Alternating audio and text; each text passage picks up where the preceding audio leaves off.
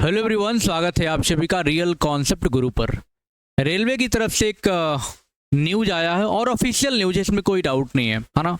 और आपने थंबनेल पर देखा है कि रेलवे में बम्पर भर्तियां।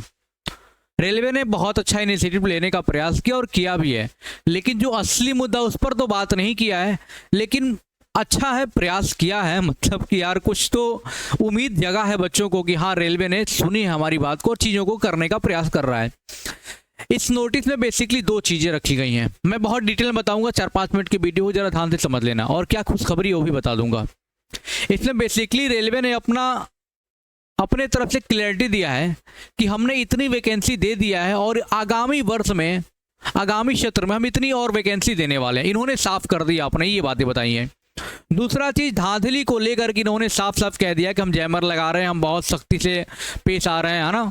अपराधियों को पकड़ रहे हैं, जेल में डाल रहे हैं, सजा दे रहे हैं, और ऐसी गलतियां वो लोग ना करें उसके ऊपर भी हम लोग कार्रवाई कर रहे हैं। दो चीजें इस नोटिस में है ना। लेकिन जो मेरा मेन मुद्दा क्या है जरा मैं आपको बताता हूं, और सारे बच्चों का मेन मुद्दा है जिस पर रेलवे अभी तक बात नहीं किया हुआ है। वो मेन मुद्दा कौन सा है? मेन मुद्दा तो एज रिलैक्सेशन का है, जो बच्चे बहुत परेशान लग रहे हैं इस समय, है ना। भैया 4 साल 5 साल बाद भर्तियां, अब तो कैलेंडर आना शुरू हुआ है ना, लेकिन इसके पहले 3-4 साल 5 साल वैकेंसी नहीं आई, बच्चों का एज खत्म हुआ, तो एज रिलेशनशिप के बारे में आप बात काहे नहीं करते हैं? जो मेन मुद्दा है एज रिलेशनशिप पर, उस पर कोई बात नहीं हो रहा है। ग्रुप डी की वैकेंसी बढ़ानी है, जो 1 लाख करनी है भाई, इससे काम नहीं चलने वाला है। 1 करोड़ 8 लाख फॉर्म भरे गए हैं भैया।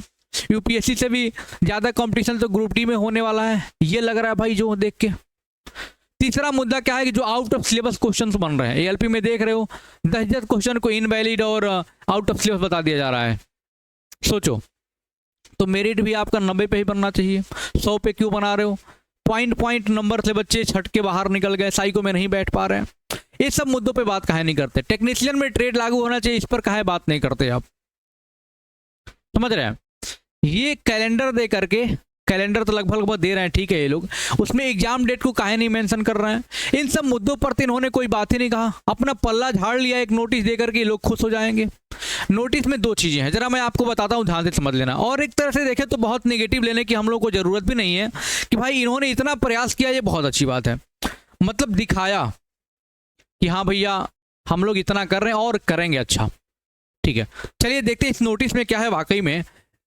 ये नोटिस बेसिकली देखा जाए तो पीआईबी की तरफ से, प्रेस इंडियन ब्यूरो, है ना, दिल्ली, 9 जुलाई 2025 को ये नोटिस 8:33 PM पे आ गया था। यानी कि नोटिस जो है कि कल ही का है ना, नोटिस जो है कल ही का है। और इस नोटिस में क्या रखा गया? 2 बातें यहां पर नोटिस में रखी गई, मैंने आपको पहले ही बता दिया। 2 बातें। पहली बात, जरा ध्यान से पढ़ लेते हैं इसको। कह रहा बड़े स्तर पर भर्ती मुहिम, रेलवे ने पहली तिमाही में 9000 नौकरियां दी, वित्तीय वर्ष 2025-26 में 50 नौकरियां देने की योजना, माने 50,000 और नई नौकरियां देगा भैया। जैसे ग्रुप डी में भी 35 लगभग 32,000 के आसपास वैकेंसी है। जो अगले वर्ष जो वैकेंसी आने वाली है, इसके नेक्स्ट ईयर जो वैकेंसी आने वाली ग्रुप डी की, लगभग 35,000 होगा, और 15,000 लगभग एनटीपीसी वगैरह होने वाला है। ये चीजें इन्होंने बताया, जरा समझते हैं। 2024 से 1.08 लाख रिक्तियों की घोषणा की गई। वित्तीय वर्ष जो है 26-27 में 50,000 नियुक्तियां की जाएंगी। निष्पक्ष परीक्षा सुनिश्चित करने के लिए रेलवे अभ्यर्थियों के प्रमाणीकरण के लिए आधार का उपयोग कर रहा है और इलेक्ट्रॉनिक उपकरणों के माध्यम से नकल करने की गुंजाइश को खत्म करने के लिए जैमर का उपयोग कर रहा है। मैंने आपको स्टार्टिंग में बताया कि इन्होंने 2 चीजों पर बल दिया है इस नोटिस में। अच्छी बात है, कम से कम इन्होंने अब सुनना तो शुरू किया। 2 चीजों पर बात किया है। पहला क्या कि हमने भाई इतनी वैकेंसी दी है और इतनी वैकेंसी हम ला रहे हैं, ये बहुत खुशखबरी है हमारे लिए, है ना, कि और वैकेंसी लेके आ रहे हैं और देंगे वैकेंसी, इसमें कोई डाउट नहीं है। इनको भाई परेशान मत करो, देंगे वैकेंसी है, लेकिन जो मेन मुद्दे उस पर भी बात करें, ठीक है।